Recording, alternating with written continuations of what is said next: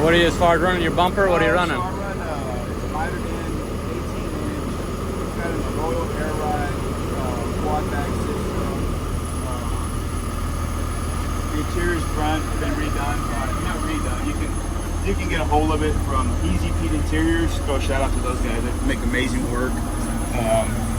Here you can pretty well buy pieces a la carte. Real good guys, like I said, Easy Pete.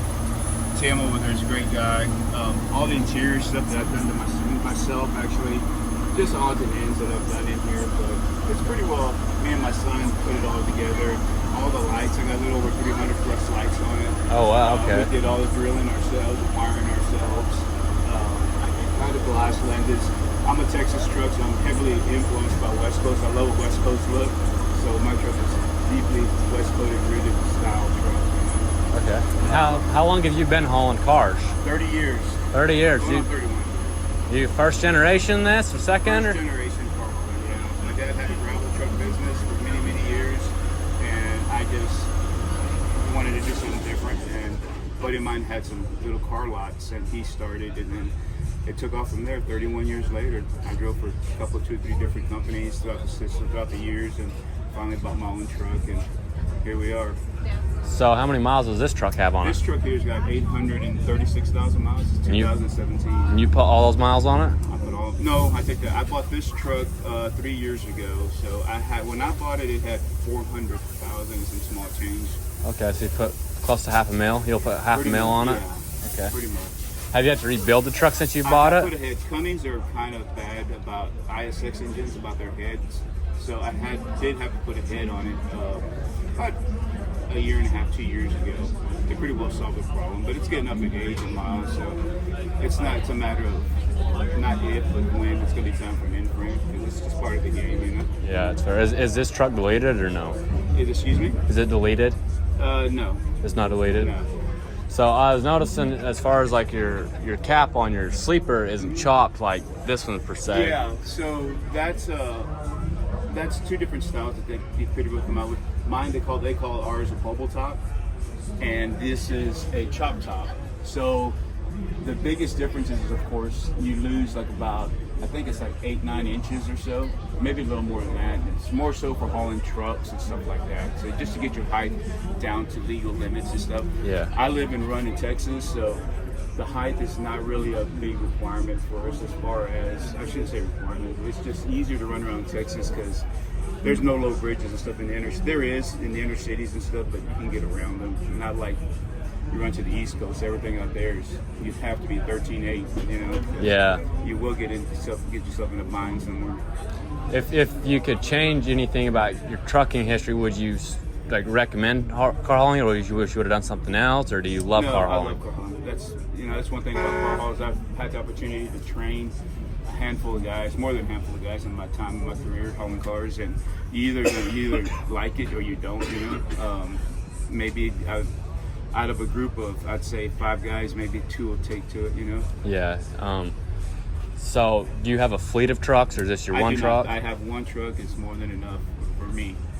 I'm just a little one-man show and run owner-operator, and I just paid this truck off, so I just really don't want to get into another payment and stuff, you know. Yeah, they're not cheap anymore. It's like a buddy of mine just bought a brand new 24. Like these things, when they were out, they were like $275, $300, 3 1/4 tops, and that's like fully decked out, loaded. Now they're touching 450s, I've heard.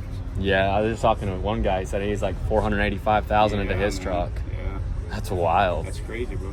Yeah, that's I awesome. think I could sleep at night with a payment. So how does your system work? As far as, they're pretty well, these trucks, all these trucks, you either have, there's 2 or 3 main manufacturers. Cottrell is probably the biggest, and there is another Lohr and Boydston out of Oregon and stuff. But for the most part, 80% I would think of your car haulers out there are on a Cottrell rack. They're all pretty well standardized. Give and take, they have a couple moving features that one does, one don't have, you know. But for the most part, they are pretty well standardized. The only difference is now that the last few years, back in like the 17 or whatever, maybe 16, they came out with the 80 footer, the longer trucks. Like this is a 75 footer, that's an 80 footer. The difference is, I believe it's 3 foot in the trailer, and behind the cab is stretched as well, a little longer. I see. So as far as like the general public and stuff, what would you say to them as far as like, from your point of view as a truck driver, like about being safe, or do you have any suggestions on how people like, as far Put as their phones down, people, when you're driving, you know? You Yeah. hear it all day, every day. I guarantee as many times we go down the road, you look over, and I'm gonna shoot this high, 8 to 10, out of 10 probably are on their phones going down the road, you know? it's wild. But people don't realize it, you know? They really do, you know? And as far as someone wanting to get into like the car hauling industry, what do you think as far as like coming in as a younger person or new to the industry, what would you recommend that would help them You know, be better? To be better, pay attention. Get what's the word? Mentored by somebody that's been in the game a long time and respects it. Kids nowadays come in here and it's a job. It's definitely a job and a career, but to a lot of those guys, it's just a paycheck. And you can make really good money at doing this, and that they treat it just like a paycheck. They don't respect it. They'll go damage cars and do this and that, because especially as company guys, they don't get dinged on them. They'll give them a day off or two, but after, you know, they'll just get a lot of hand slaps, you know. Once you start doing it your own, a damage now, that little, you know, damage you saw, a little nick or ding on the door, automatically, now it costs me out of pocket $2,500, $1,500. And that makes you more aware of what you do as a professional. Yeah. What we do. That's awesome. I appreciate your time and appreciate you kind of give us a little tour of your truck and what you do. Definitely, anytime.